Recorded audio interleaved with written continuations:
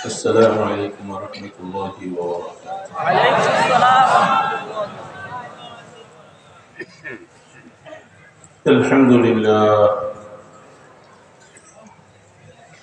الحمد لله نحمده ونستعينه ونستغفره ونؤمن به ونتوكل عليه ونعوذ بالله من شرور أنفسنا ومن سيئات أعمالنا.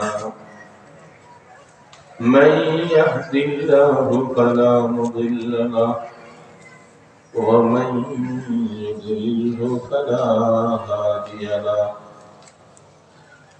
ونشهد أن لا إله إلا الله وحده لا شريك له. ونشهد أن سيدنا ومولانا محمدا عبده ورسوله. أما بعد فأعوذ بالله من الشيطان الرجيم. بسم الله الرحمن الرحيم. اهدنا الصراط المستقيم صراط الذين أنعمت عليهم غير المغضوب عليهم ولا الضالين.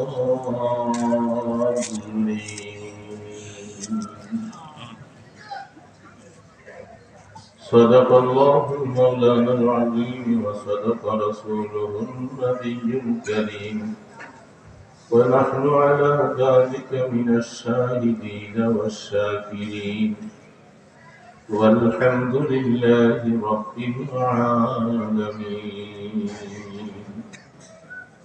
اللهم صل على محمد وعلى آل محمد كما صليت على إبراهيم وعلى آل إبراهيم إنك حميد مجيد. اللهم بارك على محمد وعلى آل محمد كما باركت على إبراهيم وعلى آل إبراهيم إنك حميد مجيد. হাজীপাড়া মাদ্রাসা 2 দিন ব্যাপী ইসলামী মাহফিলের প্রথম দিনের শেষ অধিবেশনে উপস্থিত হযরত উলামায়ে কিরাম, নেককার মুসলমান ভাইয়েরা, আল্লাহ তাবারক ওয়া তাআলার দরবারে শুকর আদায় করছি, যিনি মেহেরবানি করে আমাদেরকে ইমানের দৌলত দান করলেন। আলহামদুলিল্লাহ। অনেক মুহাক্কিকদের আলোচনা শুনে আসছি, একের পর এক হযরত তারা অত্যন্ত কষ্ট করেছে, বহু দূর থেকে সফর করে বৃহস্পতিবার দিন রাস্তার জ্যাম, অলিগলি সাহেব বললেন প্রায় 7 ঘন্টা সময় তিনি গাড়ি, এত কষ্ট করে আসছেন, শুধু ওয়াদা করেছেন, সেই ওয়াদাকে রক্ষা করতে। আমরা যারা বসে আছি, আমরা তো আশপাশে কারো বাড়ি, কারো ভাড়া বাড়ি ইত্যাদি অবস্থায় আমরা আছি। আবার প্রোগ্রাম শেষ হওয়ার পরে ইনশাআল্লাহ হয়তো আমরা গন্তব্যস্থানে পৌঁছবো। কিন্তু তারা এত লম্বা সফর করে আবার এখন গাড়িতে উঠছেন, কখন যেয়ে পৌঁছবেন আল্লাহ পাক ভালো। উলামায়ে কেরাম এইভাবে দিনের জন্য কষ্ট করছে। হয়তো সামান্য কিছু হাদিয়া দেওয়া হয়, এটা আসলে কিছুই না, কিন্তু দিনটাকে এই জমিনে আপনাদের সামনে প্রকাশ করে দিনের উপরে মজবুতি আনার জন্য সারা দেশে এইভাবে ওনারা চষে বেড়াচ্ছেন। আল্লাহ পাক তাদের হায়াতের মধ্যে যেন বরকত দান করেন। আমিন। আরো দীর্ঘদিন এই উম্মতকে যেন দ্বীনের খোরাক দিতে পারেন সেই তৌফিক দান করুন। আমি লম্বা কিছু আলোচনা করব না, হায়াতে বেঁচে থাকলে আগামীকাল দেখা যাবে। রাত হয়ে গেছে অনেক, শীতের রাত হিসাবে 11টা 25, অনেক রাত। তো আমি সংক্ষেপে কিছু কথা আপনাদের সামনে ছোট্ট যে আয়াত পড়েছি সকলেরই আমাদের জানা এবং মুখস্থ। আল্লাহ সুবহানাহু ওয়া তাআলা সূরা ফাতিহা মেহেরবানি করে এই উম্মতের জন্য দান করেছেন, যেটাকে সাবআন মিনাল মাসানি বলা হয়। সব সময় তেলাওয়াত হচ্ছে, প্রত্যেক নামাজের মধ্যে তেলাওয়াত হচ্ছে। এই সূরা ফাতিহার মধ্যে আগের কথা কিছুই বললাম না, শুধু সংক্ষেপে আল্লাহ পাক বলছেন যে গোলাম তোমরা আমার কাছে হেদায়েতের কামনা করো। সবচেয়ে বড় দৌলত হেদায়েত। হেদায়েত যদি আল্লাহ পাক কাউকে দিয়ে দেন, আমি মনে করব যে আমাকে দুনিয়ার সমস্ত নিয়ামত থেকে সবচেয়ে বড় নিয়ামত দিয়েছে, সেটা হেদায়েত। ইহদিনাস সিরাতাল মুস্তাকিম। আল্লাহ আমাদেরকে আপনি সরল সঠিক রাস্তার উপর করে রাখেন। কোরআনের এক একটা আয়াতের ব্যাখ্যা তর্জমা আরেকটা আয়াত অনেক সময় করেন।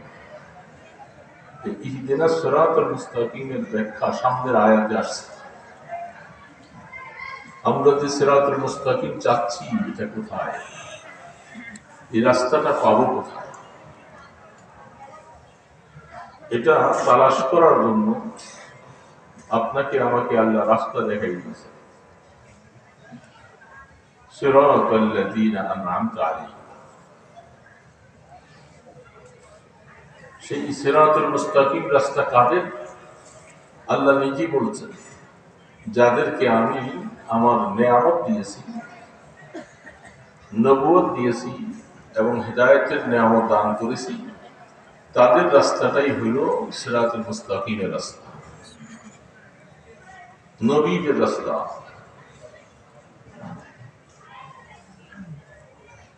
নবীদের রাস্তা বোঝার জন্য যুগে যুগে নবী আসছেন, আর আমাদের নবী সর্বশেষ নবী, সর্বশ্রেষ্ঠ নবী, যার পরে আর কোন নবী আসবেন না। এই আকীদা বিশ্বাস আছে তো আমাদের সকলের? কোন সন্দেহ নাই। আমাদের নবী সর্বশ্রেষ্ঠ, কোন সন্দেহ নেই। সর্বশেষ নবী, খাতামুন নবিয়্যিন।